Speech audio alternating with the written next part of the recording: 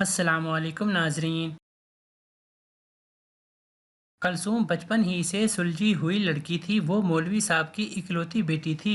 जब वो जवान हुई तो इसकी खूबसूरती के चर्चे पूरे गांव में होने लगे। एक रईस का बेटा इस पर अपना दिल हार बैठा। वो खुद ऐसी महफिलों की जीनत बनता था जहां शराब नोशी आम थी और इसके औरतों के साथ नाजायज ताल्लुकात थे। जब इससे इसके दोस्त ने पूछा कि तुम एक रंगीन मजाज आदमी हो, फिर तुझे इमाम मस्जिद की बेटी ही क्यों पसंद आई है, इसने जवाब दिया कि ये सब चीज़ें तो मैं दिल बहलाने के लिए करता हूँ, मगर इनको मैं अपने घर की अजियत नहीं बना सकता। इसके दोस्त ने कहा कि अगर तुम इस लड़की को अपनाना चाहते हो तो तुझे ये सब कुछ छोड़ना पड़ेगा। ये सुनकर रईस के बेटे को गुस्सा आ गया। इसने अपने दोस्त को कहा कि मेरे मामलात में बोलने की ज़रूरत नहीं, मैं वही करूँगा जो मेरा दिल करेगा। इसका दोस्त इसी के खर्चे पर पल रहा था। इसने दिल में सोचा कि ये तो अकल का अंधा है ही, अगर मैं इसे नाराज कर बैठा तो मेरा तो खर्चा पानी बंद हो जाएगा। इसने रईस के बेटे से कहा कि यार, मैं तो मजाक कर रहा था, तुम बिल्कुल ठीक बात कर रहे हो। रईस के बेटे ने अपनी माँ को इमाम मस्जिद के घर भेजा ताकि वो इसके रिश्ते की बात कर सके। इमाम मस्जिद ने कहा कि मुझे सोचने का वक्त चाहिए, मैं अपनी बेटी की मर्जी ज़रूर पूछूंगा। मौलवी साहब अपनी बेटी के पास आए और कहा कि गांव के रईस की बीवी अपने बेटे के लिए तुम्हारे घर आई थी। मैं तुमसे तुम्हारी मर्जी पूछना चाहता हूँ। कलसूम ने कहा कि अब्बा जान, वो एक अयाश और बदकार इंसान है। अगर आप मेरी मर्जी पूछना चाहते हैं तो मैं ऐसे शख्स की शरीके हयात नहीं बन सकती। मौलवी साहब ने कहा कि बेटी, तुमने मेरे दिल की बात कर डाली। मुझे भी वो आदमी इतना पसंद नहीं। मैं बस ये देखना चाह रहा था कि तुम कौन सा फैसला करती हो। कुछ दिन बाद रईस के बेटे ने अपनी माँ को दोबारा मौलवी साहब के घर भेजा। मौलवी साहब ने साफ इनकार कर दिया। इसकी माँ वापस घर लौट गई और अपने बेटे को सब बता दिया। रईस का बेटा गुस्से से पागल हो गया और इसने अपनी माँ को कहा कि इस लड़की ने मुझे ठुकरा कर बहुत बड़ी गलती कर दी है, मैं इसको ज़माने में जलील और रुसवा कर दूंगा। इसकी माँ ने इसे समझाया कि बेटा, आज तुम एक सुलझे हुए इंसान होते तो वो लड़की तुझे किसी सूरत भी इनकार ना करती। हमारे पास मालो दौलत भी है और एक अच्छा घर भी, मगर एक औरत मालो दौलत और घर को बाद में देखती है, पहले यही चीज देखती है वो आदमी कैसा है जो इसका हमसफर होगा। रईस के बेटे को अपनी माँ पर भी गुस्सा आया। वो सच्चाई सुनने का आदी नहीं था। एक दिन कलसूम गली से गुजर रही थी कि अचानक रईस का बेटा इसके सामने आ गया। इसने कलसूम से कहा कि अब जिल्लत उठाने के लिए तैयार हो जाओ, मैं तुझे बदनाम करने में कोई कसर नहीं छोड़ूंगा। कलसूम ने कहा कि इज्जत और जिल्लत अल्लाह के हाथ में है। अगर वो किसी को जलील करना चाहे तो कोई इसे मुअज्जिज नहीं बना सकता, और अगर वो किसी की इज्जत की हिफाजत करना चाहे तो कोई दूसरा उसे जलील नहीं कर सकता। ये कहकर कलसूम चली गई, मगर रईस का बेटा अब कलसूम को बदनाम करने के मंसूबे सोचने लगा। वो कलसूम को जलील करने के लिए अजीबो गरीब मंसूबा बना रहा था। कभी वो खुद से खत लिखकर ये मशहूर कर देता कि ये कलसूम ने मुझे भेजी हैं। कभी वो कलसूम पर झूठे इल्ज़ाम लगाया करता कि वो मुझे रात को अकेले में मिलने आती है। उसने जो मुमकिन था इसने किया, मगर गांव के सब लोग जानते थे कि ये सिर्फ इल्ज़ामात हैं, इनका हकीकत से कोई ताल्लुक नहीं है। एक दिन मौलवी साहब अपने चचाजाद भाई के बेटे की शादी में शिरकत करने के लिए दूसरे गांव गए। कलसूम और इसकी माँ भी मौलवी साहब के साथ थीं। एक हफ्ते बाद मौलवी साहब का खानदान वापस आया तो कलसूम को पेट में हल्का सा दर्द महसूस हुआ।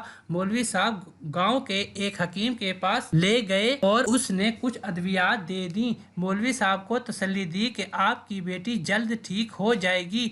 5 महीने बाद कलसूम को दोबारा दर्द हुआ और इस दफ़ा बहुत शदीद दर्द था, जिसकी वजह से कलसूम बेहोश हो गई और कलसूम का पेट फूल चुका था।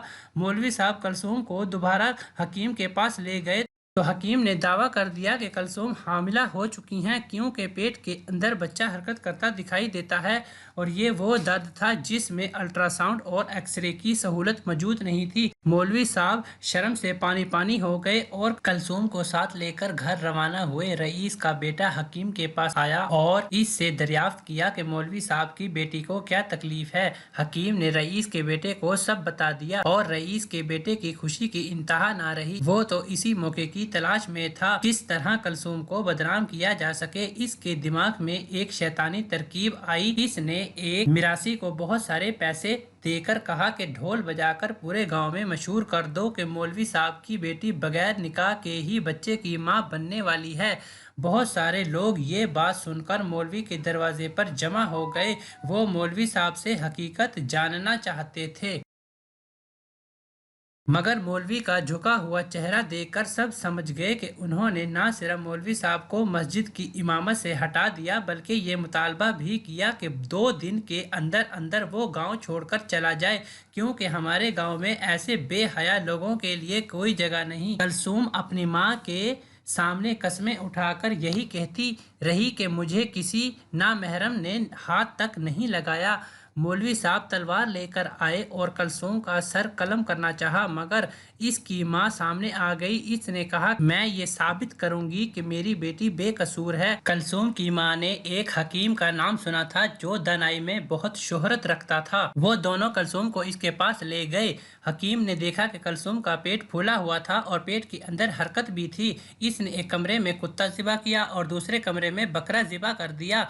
उसमें बकरे के गोश्त से मौलवी साहब, इसकी बीवी और कलसूम की दावत की। दावत के बाद हकीम ने कलसूम से पूछा कि कभी तुमने बगैर बर्तन के कहीं से पानी पिया था? कलसूम ने बताया कि एक दिन हम शादी पर जा रहे थे और गर्मी की वजह से मुझे सख्त प्यास लगी, तो मैंने एक नहर से चल्लू भरकर पानी पी लिया था। हकीम कलसूम को इसी कमरे में ले गया जहां कुत्ता ज़िबा किया गया था। कलसूम ने कराहट भरे लहजे में कहा कि कुत्ते को किस लिए ज़िबा किया गया? हकीम ने कहा, तुम्हारा इलाज इसी वक्त मुमकिन था जब तुमको कुत्ते का गोश्त खिलाया जाता। तुमने अभी जो गोश्त खाया है वो कुत्ते का था। कलसूम ने जैसे ही ये सुना तो इसका जी मतलाने लगा और इसको एक जोरदार कै आई। इसके पेट से पहले बहुत सा पानी निकला, इसके बाद बहुत बड़ा सा मेंढक निकला। मौलवी साहब ने हकीम से पूछा कि क्या माजरा है?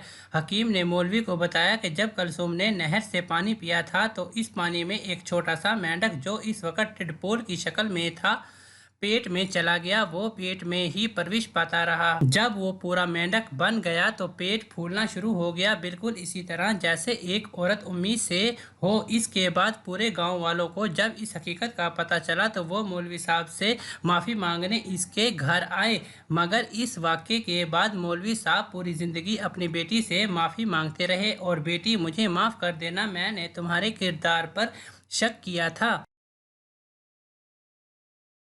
अगर आपको ये स्टोरी अच्छी लगी है तो आप इसे लाइक करें, शेयर करें और सब्सक्राइब भी करें। आपका बहुत बहुत शुक्रिया। अल्लाह हाफिज़।